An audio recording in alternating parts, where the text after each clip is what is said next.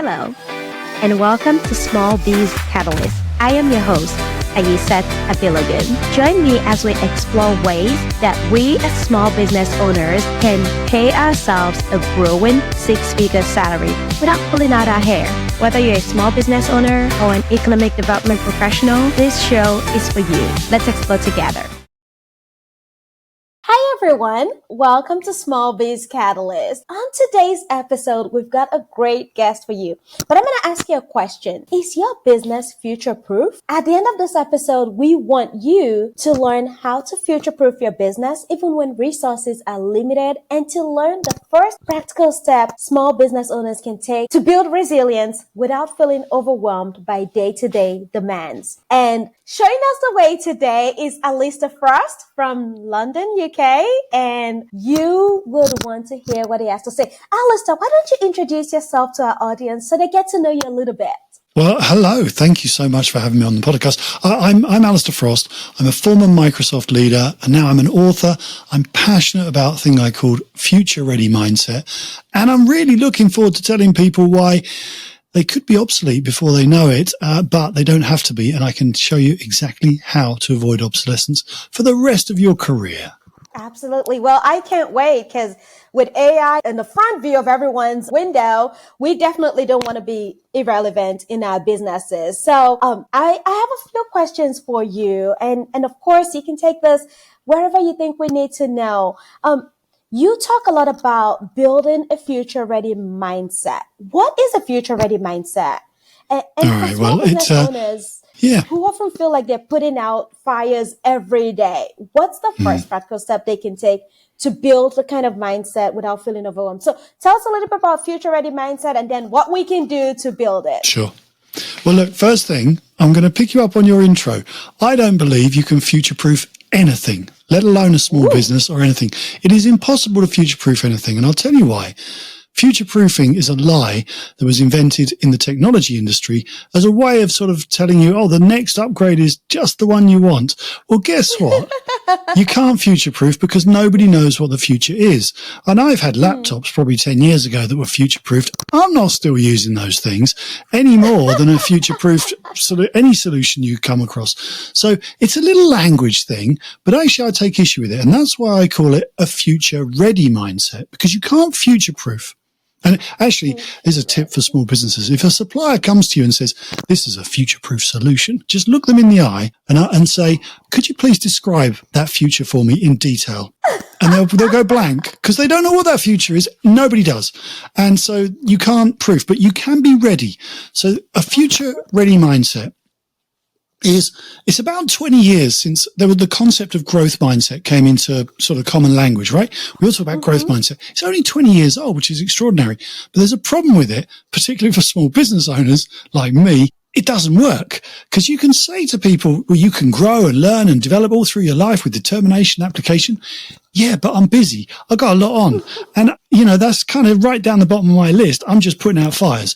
So the problem with growth mindset is conceptually it's correct. You can develop, but you've got to have a reason to do it. And a future ready mindset is a kind of more proactive approach to thinking and planning that prepares you for the inevitable changes and challenges of the future. And the word inevitable is really important because there are a lot of things that are coming, and you've already mentioned AI, for example, that are inevitable. You can't escape it. It's going to affect you whether you like it or not. So it's there. The question is, should you focus on it? And that's where future ready mindset comes in, because it's about picking the things, very few things that you do need to pay attention to, and ignoring the rest, frankly. I sometimes just try to simplify it in people's minds. It's a way of thinking that is your passport to the bright future that you deserve. And it's about creating that future, not allowing and waiting for change to kind of happen to you. Create a future. Don't wait for change to happen to you. That is powerful. So you've led a digital marketing strategy at Microsoft, and you've worked on some of the world's biggest product launches.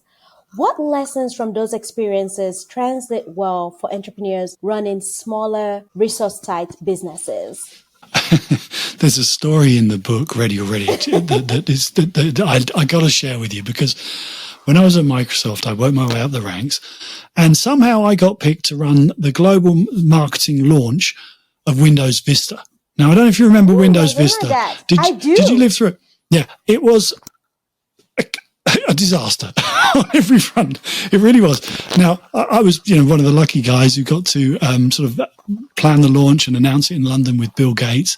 And Windows Vista destroyed a lot of people's happiness with computers, frankly, because if we're honest, Microsoft had kind of failed to innovate for many, many years. It was riding on its luck, and it knew it needed to reinvent the operating system. So rather than doing it sort of iteratively one step at a time, it packaged all of this change into one operating system update that sort of landed on your old computer and broke stuff. And that's a really good example of what you shouldn't do with change. It's too much change all in one go. It's a big and over-ambitious thing. That's bad change. The much better way for small business owners to upgrade their lives and upgrade the way that they run their businesses is much more like your computer today. So if you've got Windows 11 or an iPhone or whatever tech you've got in your life, you're not spending, I hope, a lot of time running updates. The updates arrive, they install in the background, often while you're asleep, and every day your tech gets a little bit better. You often don't even see how it's got better, just as your colleagues and customers might not really notice the small things that have changed. But over time, the addition of lots of small changes is the equivalent of one big change. So that's what you need to do, is commit to small changes, continuously updating yourself, like your operating system, I suppose, so that you're looking and saying, what could we improve in the business today? What's next? And the reason I say that is because another thing that Bill Gates said to me when I was at Microsoft, he said it to lots of people as well. It was one of his things that he was really trying to drive home. He said, today, if something works, it's obsolete. And that was the moment that I realized how quickly the world was changing, because I'd grown up thinking if it ain't broke, don't fix it. Yeah. And I suddenly realized, wow, it's right. The speed of technology, and this was back in the day when Bill was predicting what's happening now, the speed of technology means that someone somewhere absolutely has already figured out a better way to do everything you know. Everything. Wow. Everything about your business, it's already obsolete. It works, and I'm not saying you've got to change everything, but if you go to your work with the acceptance that everything can be improved already, I know it can, then you can say, well, what is the single most important thing for me today? Let's fix that. And fix that, and fix that. And on you go. That's how you update your operating system. That's how you transform your business over time. What is the single most important thing today? I'm taking notes, and that is so powerful. I ask this question of myself every day. Yeah, you know what? We're overwhelmed with information. It's coming at us fast, and AI is adding to that as well, because there's a lot of automated stuff coming at us as well. And if you're a small business owner like me, you can be forgiven for feeling like you're never going to get on top of this. You know you need to fix, you've got to improve the way you do your emailing, your shop front, your marketing, your sales, or you need a new CRM system. Everything needs improving, right? You can't do it all. So my model that's in the book is called the Ready Already Growth Cycle. And it really starts with follow, which is the first step. Some people call it the Frost model because the 5 steps spell my surname, Frost. Follow is the first one. And what it does is it forces you to sit down and just think, right, what are the inevitable changes and challenges ahead? What do I need to be a bit better at in the near future? And we all know that list. We kind of ignore it because it's terrifying. But have some honesty with yourself and say, I need to be better at this. AI may well be on the list for some people, but there'll be many other things as well. Legislative changes, all sorts of stuff. Doesn't matter. What matters to you? And then pick the one thing that screams at you most loudly and do that well. Because the problem is, with all this stuff coming at us, we end up getting randomized and we're trying to improve this, trying to improve that. Guess what? None of it gets better because we're too busy trying to keep the business afloat, and we never get to really nail one thing. So it's that focus is so crucial if you want to keep up. Reminds me of the slide edge. Just one thing, just keep doing one tiny little improvement. And what's the R? The R is react, and this is really important as well. And all this is you go away and you learn as much as you can about that thing. Let's say it's AI because, hey, you mentioned it. So AI, right, I need to know about AI. I want to improve customer service or whatever it is, and I want to use that. So you go off and explore a bit, you learn a bit about it, you figure it out. There are many more creative ways to learn than just asking the AI to tell you how good AI is, which is what a lot of people would do now, right? We go to an AI and say, how can I use AI in my business? Guess what? It's going to be a big fan of AI. No, you can go to conferences, you can phone an expert, you can talk to people, you can read a book, you can listen to a podcast. There's loads of ways of learning. So React is about learning intelligently about your thing, so you get the right answers for you, and then choosing your reaction. Is this thing relevant to my business or not? And if it isn't, after you've done that initial discovery phase, go back to your follow list and pick something else. Do not waste your time. And I put this React step in because I've seen so many big businesses, including people at Microsoft, getting really excited, running around, chasing things and saying, oh, we could do this, we could do this, we could do this. And it's only after you've done them, you think, didn't really live up to its initial promise. Why did we do that? And everyone sort of shakes their head and denies any knowledge and moves on to the next thing. Well, guess what? It's just a disastrous recipe for business, particularly if you're resource constrained, like a small business. So if you do pick something, do your initial due diligence, if you like, then choose your reaction. If you really like it, carry on. There are 3 more steps in the process, or just go back to follow if it's not. It's that simple. Absolutely. So do you want to share the OST with us, the last 3? Well, very briefly, and because there's a lot of depth to this, but the OS&T are 3 human superpowers, as I call them, that you cannot delegate to AI or computers or technology or somebody else. You have to do them yourself. If you master these 3 skills, you will have a job for life. You will be valuable to anybody because you'll be doing things in a human way that technology cannot replicate. Open is about curiosity, having childlike curiosity. We don't know how the human brain does curiosity. We don't understand that mechanism. And you sure as heck can't program a large language model to do it. That's one thing that computers will never master, is to be genuinely humanly curious about a subject. So the curiosity is really simple. Look at your business like you've never seen it before. Walk in the door tomorrow like a child. You know how kids ask why a lot? My kids did. Most kids do. They go, why do we have to go to the shops? Because we need to buy some food. Why do we need to buy some food? Because we're hungry. Why are we hungry? Because we haven't eaten any food. Why do I have to wear shoes? And on it goes. Oh, please, just come to the shops. Now, kids ask why to feel safe in the world and to make sense of it. That's how they learn. Yes. Something weird happens when we become adults and we stop asking why. Because it's a bit embarrassing to say, well, why do we send out invoices in triplicate? You should know the answer to that. Surely there's somebody's thought that through. You don't need to ask that question, but you do. And anything about your business, if you walk in there the next day and go in like a child and say, why is there no disabled parking space outside the door? Why is the sign up there? Why is that light bulb not working? Like a child. Suddenly, what it does is it opens your mind. That's why it's called the open step, to new possibilities. Because you realize, things don't have to be the way they are. They could actually be different. So that's the open, because we're so closed. We're so stuck in the status quo, right? We know how our business works. And actually, if it's all obsolete, why don't you challenge some of it?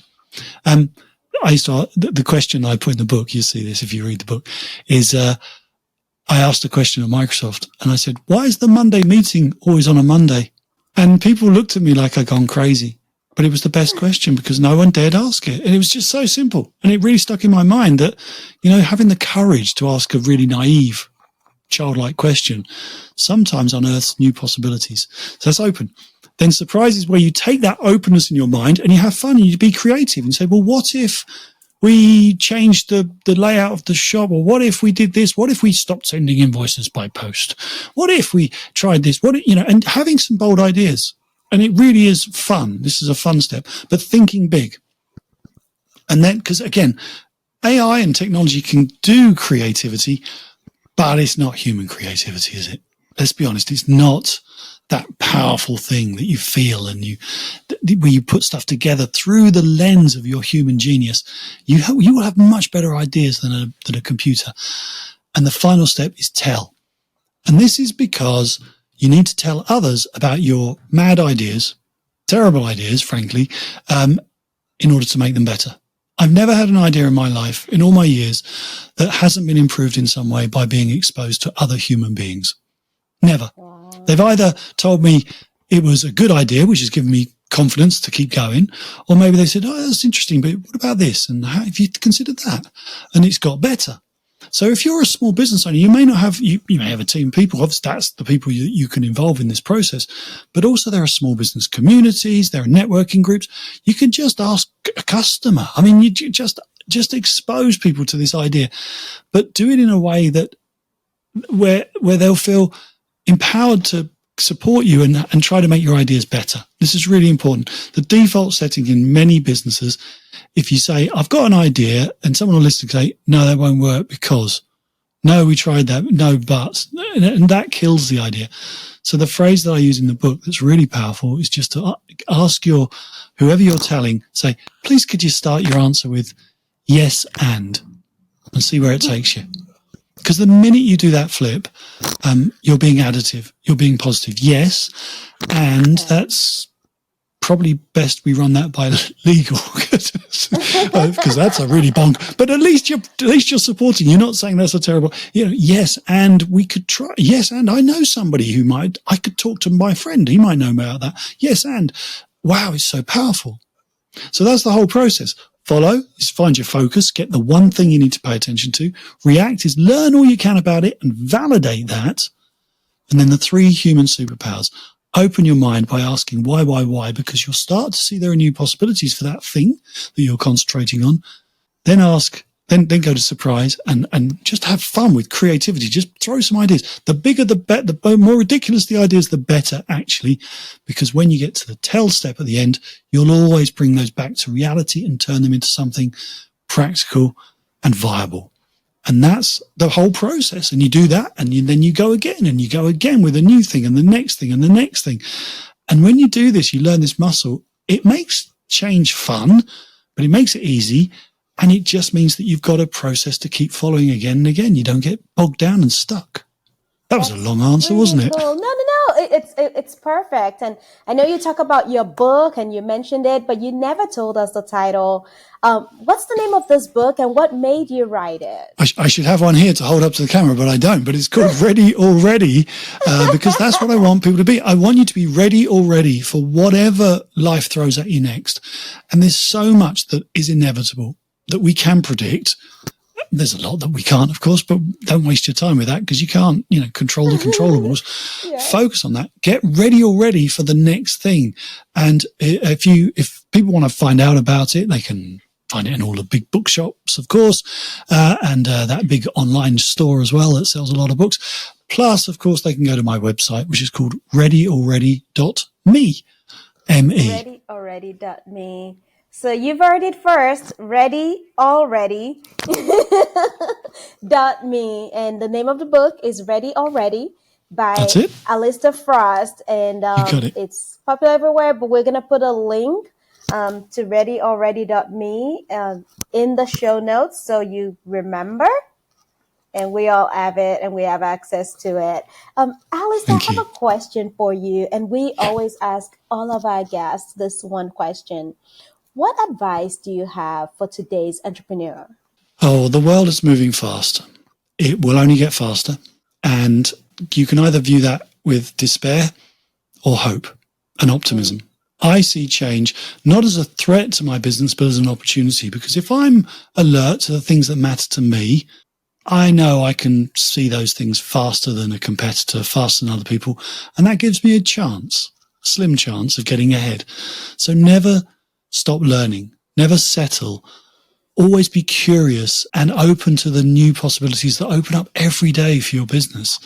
The minute you settle into your comfort zone and think this is how it works and this is what I do, guess what? Everything outside of your comfort zone is changing. Wow. And everyone else is seeing that and potentially taking advantage of it apart from you. So never settle, keep learning, keep going. And that's where the future ready mindset really can help people. So keep learning, keep growing, be ready already. You've got it. You're preaching it already. I took a few notes. I'm going to share my notes with our audience real quick. So pick a few and ignore the rest. Don't try to upgrade all at once. Too much at a time is bad. You don't want to break your system and you don't want to feel overwhelmed. Follow, be open, nurture that curiosity, and then expand the human superpowers, which is being open, curious, surprise, go fun with Creativity and imagination, simple as that. Yeah, creativity and imagination, and tail step, I think. Can't read my notes here. Tail is just talk, pick a few people, share your ideas with them, encourage them to be additive and to be supportive. They'll make those ideas better. And together you could then decide, do we do something with this or do we not try? Simple as that. Absolutely. Wow. This is so cool. I've honestly learned so much because, again, as small business owners, we're always trying to be on top of everything, want to learn everything, want to do everything, but we can't do it all at once. We can get better one step at a time and just keep putting one foot in front of the other. Take what's most important, run with that and leave the rest, and then come back for the next most important thing. And hopefully you get ahead. Exactly that. Look, I worked for 20 years in the corporate world in big organizations, and many of your listeners may have a background similar to mine, having worked in a big place and now they've got a small business, or maybe they've always been in a small business. That I can say with my hand on my heart, I used to work incredibly hard at Microsoft and Kimberly-Clark before that. But I realized now I hadn't done a day's work until I became a small business owner and the real work started. But because I believe in what I do, because I'm passionate about my work as a keynote speaker, as somebody who helps businesses and teams think differently, I love what I do. So find that passion for what you do, that personal mission that's at the heart of my model, and never, ever stop trying to be the best person you can be. It's as simple as that. Keep growing. Thank you so much. I appreciate that. And our audience really appreciate just your words of wisdom, the experience that you shared with us and, this short period of time, and just even ways to think about our business in a way that it's not overwhelming. We can embrace that passion and grow with it. Thank you for your time. Thank you.